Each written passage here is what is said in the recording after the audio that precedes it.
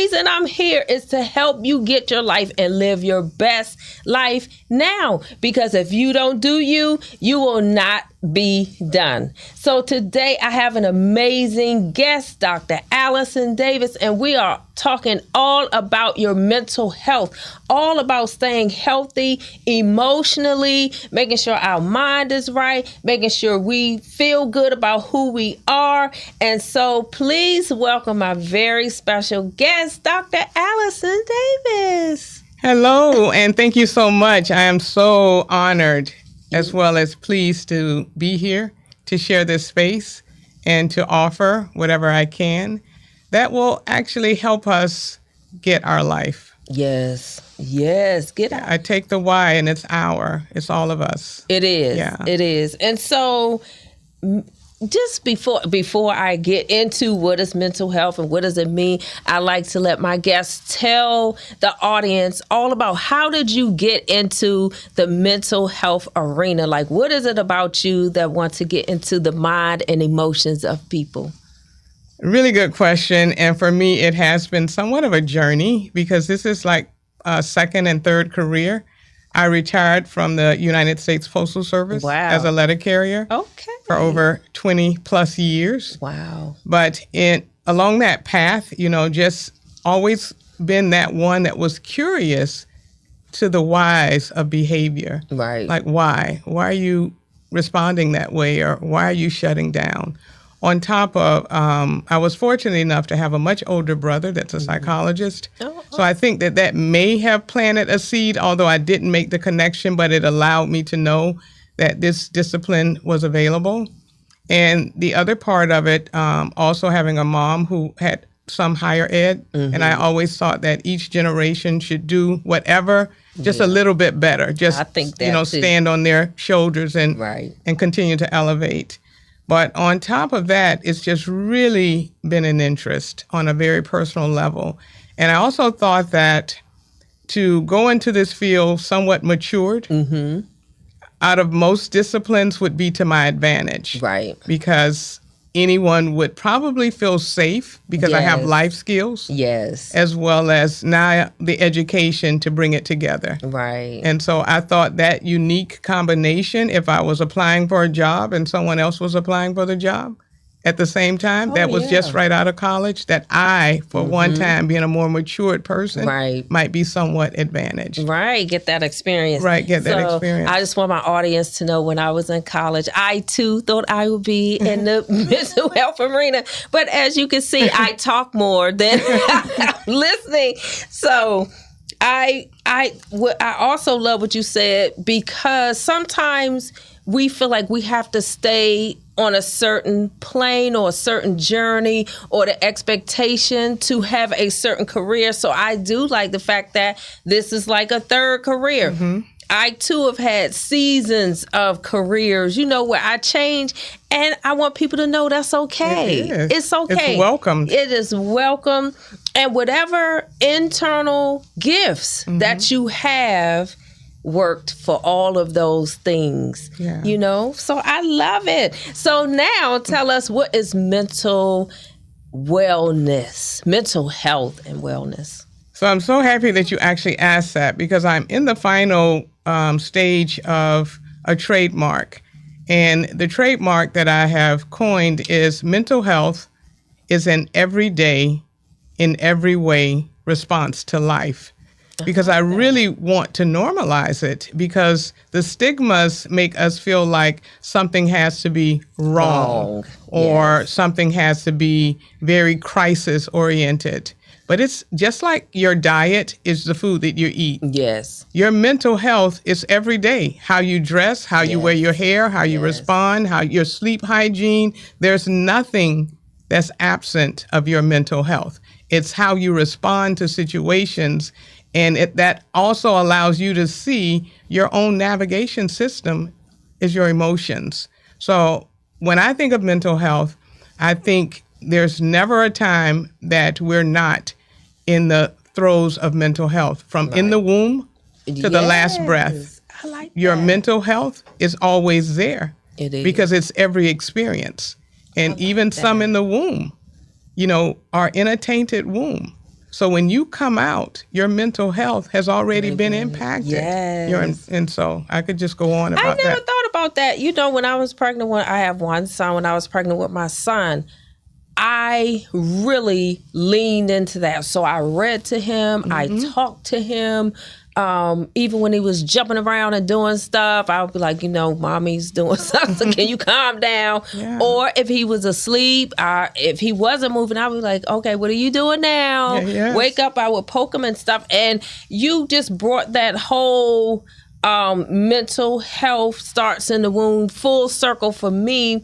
Haven't thought about it in a long time, but you're absolutely right that it starts from birth. It starts from day one. And sometimes even when we look at some of the issues we have, they started in the womb. They started from like day one.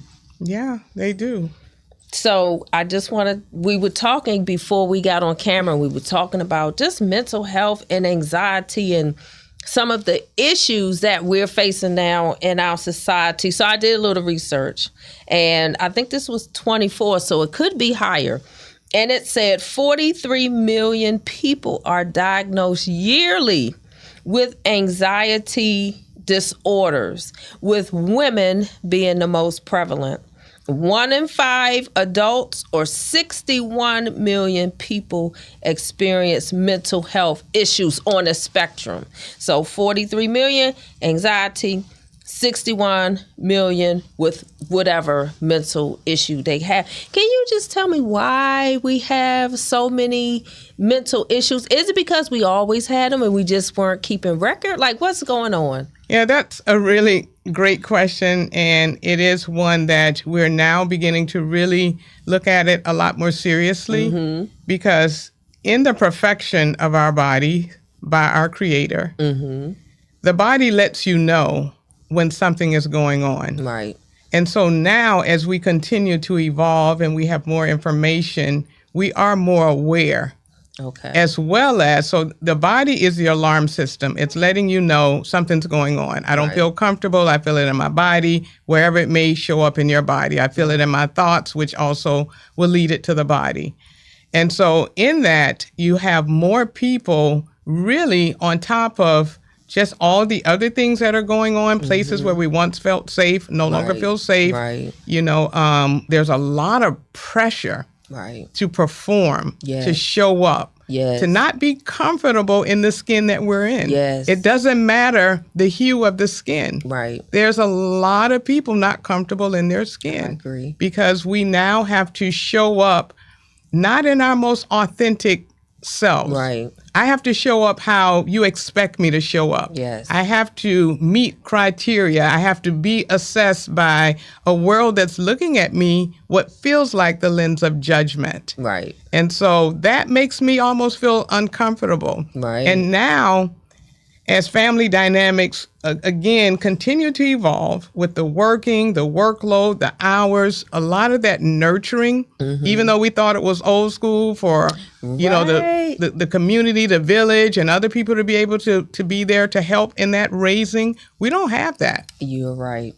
A lot of throwback foundations that really kind of anchored us, they're not there. And even though, yes, those time had its own challenges, but there was still universal, do this, do that, don't do this. And it wasn't the same pressure. Right. We were even talking about even in Miami, where the high schools were Palmetto, Killian. And so most of us at a certain era, we knew generations of cousins, because everybody was together at those same, right. So the messages and everything was just the same. Right. Now you're no longer if you were going to call it competing with your neighbor or the one in the next. It's universal. It's global. It is. And so that's a lot of pressure. It's a lot of pressure on parents, moms, dads, children, adolescents, toddlers. Even the babies. Even the babies. They now have 0 to 5 for mental health. They do. I've seen a 2-year-old. Oh, my goodness.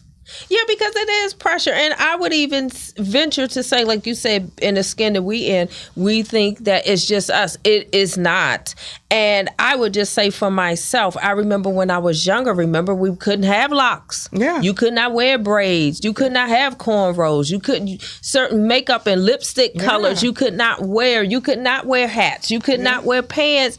And so there was pressure, but like you said, there was also a foundation. I remember growing up in the neighborhood, if a parent wasn't home, everybody went to the house that had to stay at home mom, or you always got a good meal. And I remember, like, if your neighbor saw you doing something, you would get it from them, and then you would get it at home.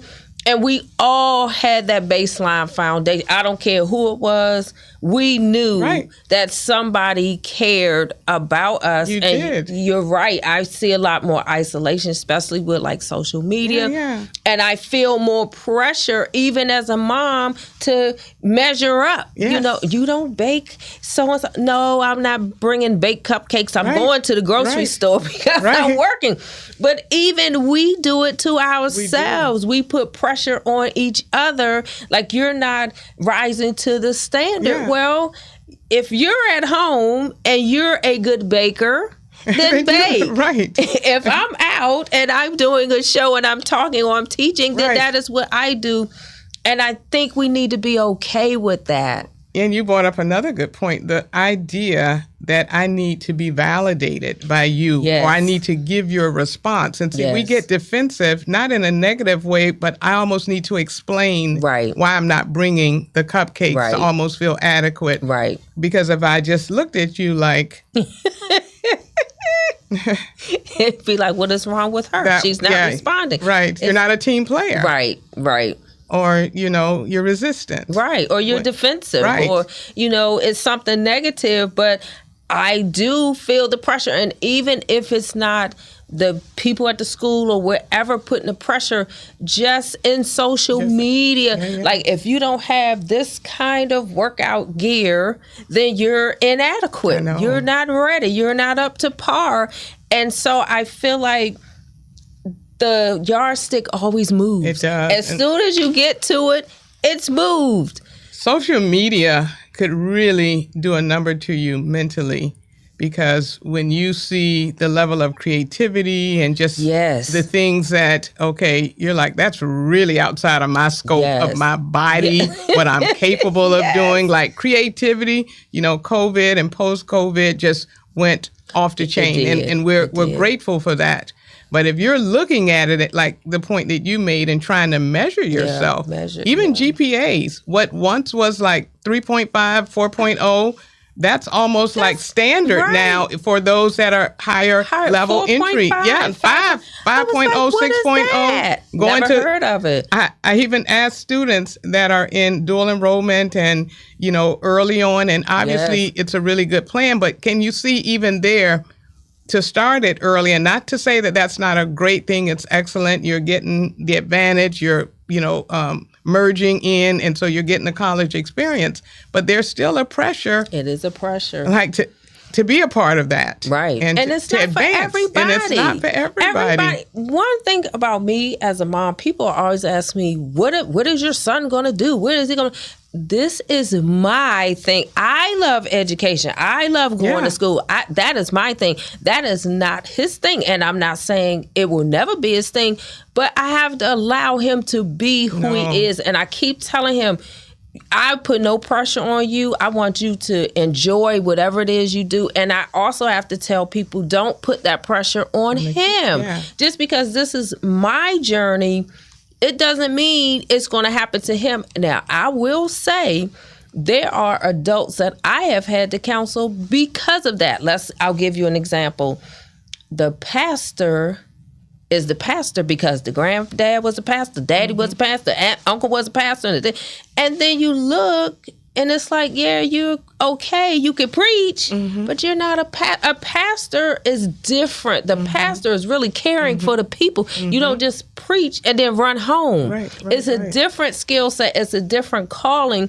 And so I've even had friends who went into law because that was the expectation. Of course. But they wanted to bake or they wanted to dance or whatever. And then they end up on your couch because they never got to fulfill their purpose. Do you see a lot of that? I do. And thank you for mentioning that, because you do. And I'll ask, students sometimes, like, are you here by default? Are you here because it's part of someone else's vision? Not to say that we don't need to push and urge them and try to direct and guide. That is so. Right. But there are certain careers that students almost instantly know, if I say I'm going to do this, you're going to go like, oh my God, yay, the top 5 careers. Yes. Like, oh my God. And then they get to share, oh yeah, he wants to be a this, that, or the other. Yep. And if they want the science, the softer, like even psychology, people will tell them, you're not going to make any money. Right. And I always tell them there's a spectrum. There is. No matter what you do. There is. Who thought the DJ would be a millionaire DJ? Right. Who thinks the hairstylist is going to, the one who does nails is going to do Cynthia Erivo's nails? Okay. That part, and that's the part of that we're not developing. Right. The personality, the character. I was like, you can be law enforcement, but you can also be, guarding the president or whoever. Like, there's a difference. It's the whole frame. It's a spectrum. Your GPA, it does open doors. Your personality and the other attributes is what elevate you. Yes. And so I will ask, parents or well-meaning parents, when they are very proud, rightfully so, of all the accolades. Like, is she happy? That part. Is she enjoying it? That part. Because you can't get that back. Yeah, let's always ask them, like, and many of them are. They really do enjoy it, even though there are parts of it that are challenging. But always check in. Yes. Like, are you enjoying that? And I think you have to have the other thing, like, I will say that school we talked about where they were pressuring the kids. The social skills were lacking. Like, you still need to know how to conduct yourself. You still need to know how to play well with others. So sometimes we go so far left with the academics and the GPA that we forget our emotions. We forget that the friendships matter. We forget that going outside to play and laugh. Like, you should not be that serious at 5. No. What is going on at 5 that you have to be that serious? You actually see that deficit. You see it in the classroom where, students don't want to share because this whole idea of all I need is to do my grades. Like, I don't need to socialize. And we're trying to really build that skill. Like, you need to be comfortable with being assertive, with asking for what you want. You talk about boundaries. When you talk about mental health, a lot of mental health is about boundaries. Are you able to set a boundary? Yes. And it is difficult for most people to set boundaries because we get feedback from other people. Yes. Like, if you're a person that, like, at 5 o'clock I'm leaving, you're like, she always leave at 5. At 5. She's not a team player. She doesn't. But that's a boundary. Or if you have an instructor that says, okay, if you turn your assignment in late, you don't get a grade. Additional time. Right. That's a boundary. Right. But we see it as a person that's like mean character. Yeah, she's And a lot of mean. times, like, if you tell someone, no, I don't really want to go to that event or whatever because my schedule's really busy, that's a boundary. But we mistake boundaries as rejection. I'm not rejecting you. I'm loving me. I'm setting a boundary for myself. Like, I know my schedule. I know is this a good investment of my time? Of my time, yes. But we have difficulty, and we don't always teach boundaries to kids. Like, no, go do this and do that. Force them to do things that they don't want to do. They're tired. They're sleepy. They need to rest. I need to go play. And I think because we were not allowed to have boundaries. Like, if some adult says something to you, you can't speak back. No. You can't say no. And then that is when you get into situations where somebody touch you and you don't want them to touch you. So we have to teach that it's okay. Yes. And even like some people that don't, they may not have gotten to this yet, not mature enough. But normally when you can tell as you get more mature, this person is not for me. They don't want the best for me. And so at that point, it's like, no, I'm not saying you're a bad person, but that's just not someone I want to sit in my company. That doesn't mean you a bad person. It just means for me, that is crossing a boundary. And I say self-care is not selfish. It's not. And they'll say, you're selfish, you're mean, or why didn't you want this, or why didn't you want that?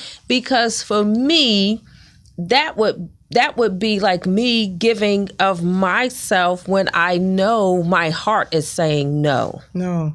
That's so important. Everything that you said really like ditto, ditto, ditto. Yeah.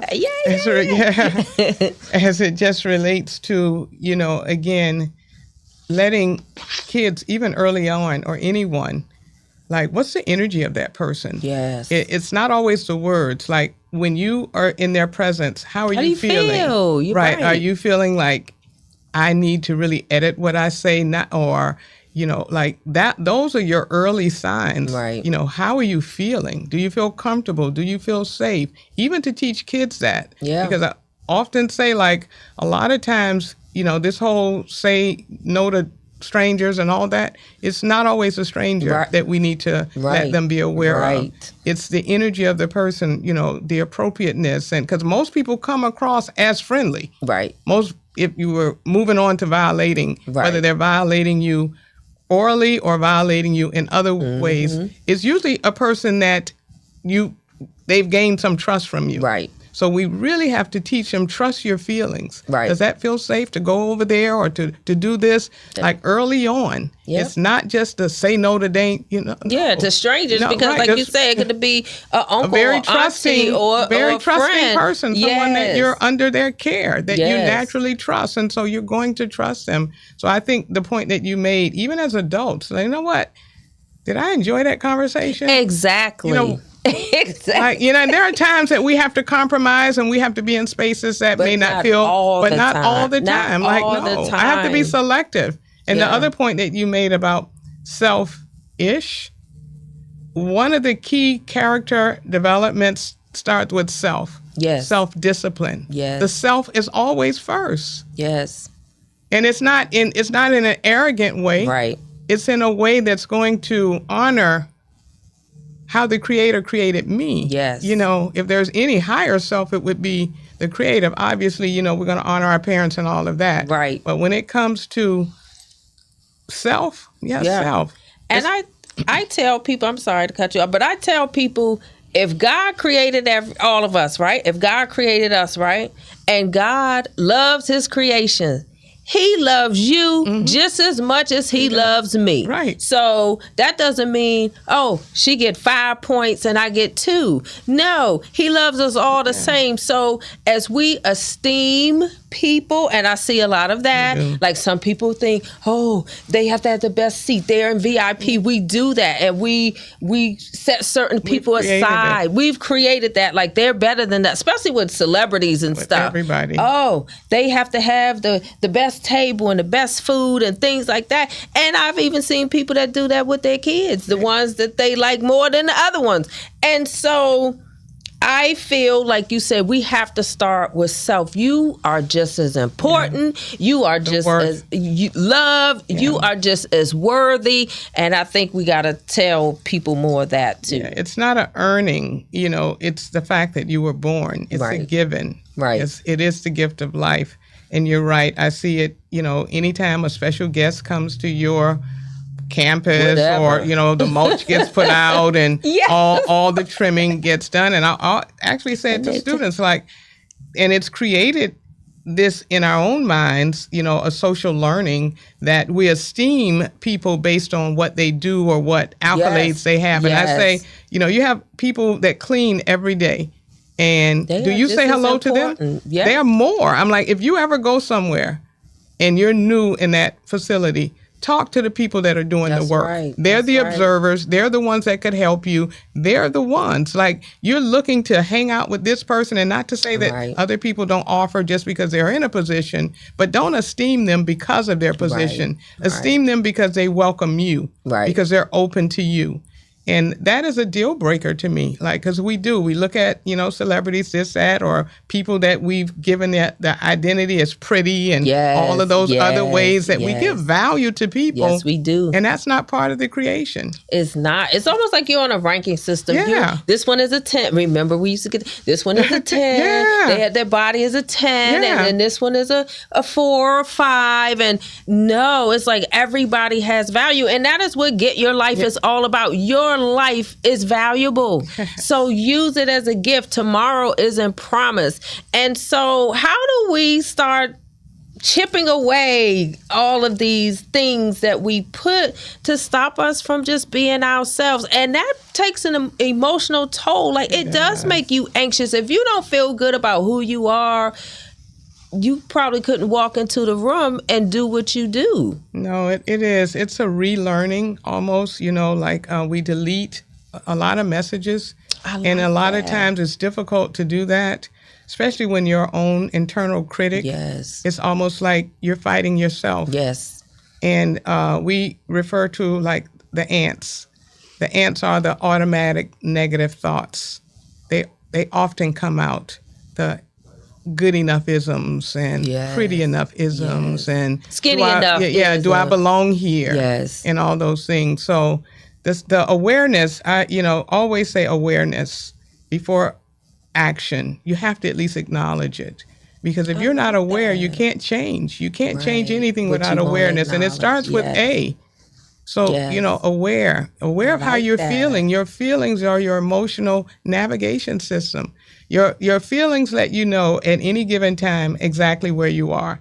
So if I'm feeling anxious now, what do I need to do? Right. Because I can recognize my feeling. That's my navigation. So what do I need to do? Do I need to breathe? Do I need to change my seating? Do I need to think of a good song? Do I need to close my eye for a moment? That. You have to. It's awareness. And then you decide, what emotion are you feeling? Right. Angry. Anger is a necessary emotion. Yes, it is. It is. Yes, it is.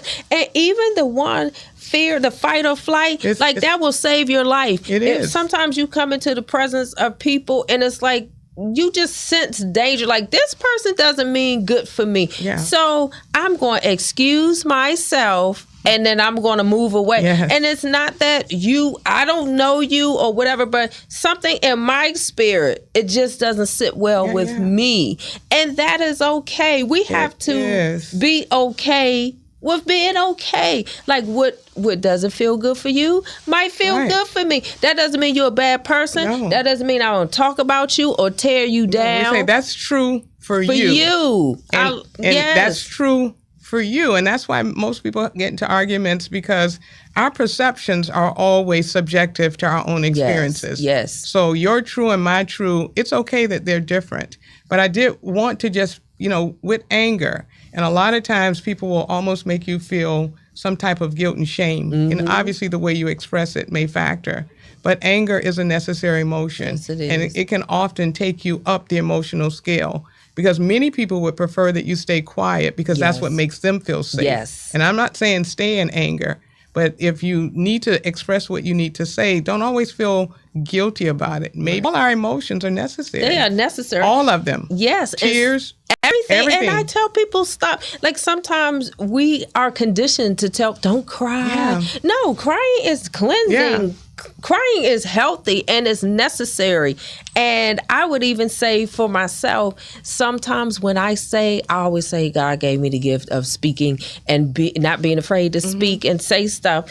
But people will always come to me after, I'm so glad you said that, because I was feeling that the whole time. And then they suffer in silence. They suffer. That's a big one. Oh. That's a big one. And to your point about the tears, doing like a therapy session, we don't pass out, or we shouldn't, air quote, like Kleenex or something. Right. Because that's almost a sign of stop. Yes. And most people want you to stop because it makes them feel comfortable. Yes. And that's always, and even though it's well-meaning, you got makeup, I don't want it to run. It's a social learning. Yes. But behind it is, it's making me feel it makes me feel because I don't know what to do, exactly. And I don't want to see you sad. It has good meanings. Yes. But no, allow it. And we have to teach. Like, one of the things I as a chaplain, I help counsel the grieving and the bereaved. And one thing I always hear is that people don't know what to say. Like they say things that injure them more. Like, at least she's in a better place. Well, that doesn't make me feel good. So sometimes we have to teach, like, what should we say or what we don't know because we feel uncomfortable. Like you said, it makes us uncomfortable. We see a widow that lost her husband during COVID. Like, what do you say? What should we do? Should we come up with a list? I heard someone not too long ago said that they were asked, like, do you want me to listen or do you want me to distract you? That's good. Do you want to go out? Like, or do you want me to just ask them? But give them options. I like that. Yeah. Well, I told you this little bit of time is going to go so fast, but I want you to give like just some general tips. Like, I heard you say breathe. I heard you say stop. I heard you say close your eyes. Are there others that we can do when we are feeling overwhelmed or anxious? And I heard what you said to add to what I said, that it's okay to not be okay. Yes. That your emotions are yours. Whatever it is about us didn't start with us. Right. We're all a byproduct of generational trauma. But to your point, recognizing through your body, where are you feeling it? Is there something you can do? Is there something that you can do that's small, at least to get you through this moment? Like change my seat, go take a walk, whatever the case may be. But aware, and then whatever action you need to take. Do you need to write something down? I know people say journaling, and some of the things sound kind of like cliche. But you don't. Yeah, you can write a word. You angry. Can. Yeah. Annoyed. Sad, frustrated. Or whatever it is, it is. But, as far as your own mental health or your own well-being, going back to it is an everyday, in every way, it's how you respond to it. A lot of times, some people eat, again, anything that you do, it could be healthy and it can be unhealthy. And so it is, I always say even food is our first drug of choice because it gives us comfort. It is, and it's acceptable. And it's acceptable. It's acceptable. Everybody has to eat, and everybody likes to eat. So I would just, tell anybody that is feeling out of sorts or feeling mentally, emotionally, spiritually unwell, it's okay to get help. Because if you broke your arm, you would not sit there and be like, oh, I'm going to just wait till it comes back together. No, you would go to the doctors, you would get help. And so let our audience know how they can find you. Oh, thank you so much. I can be reached at Sunshine Minds, Sunshine, SUNSHYNE. Oh, okay. Minds, MYNDS.com. So it's Sunshine Minds is one. And also have a site at drallisonkdavis.com. But those are ways. But yeah, definitely reach out. Yes. If you need help, reach out. And a lot of times we think friends are good. But friends are not professional. Now, sometimes you need a professional to help you. So I just want to thank Dr. Allison again. And I know I'm going to have you back because we didn't even touch on some of the things we need to. So again, I'm your host, Dr. Carolyn Edwards. This is Get Your Life. Please go get your health, your wellness, your mental, your mind. Get it together and go out there and live your best life today.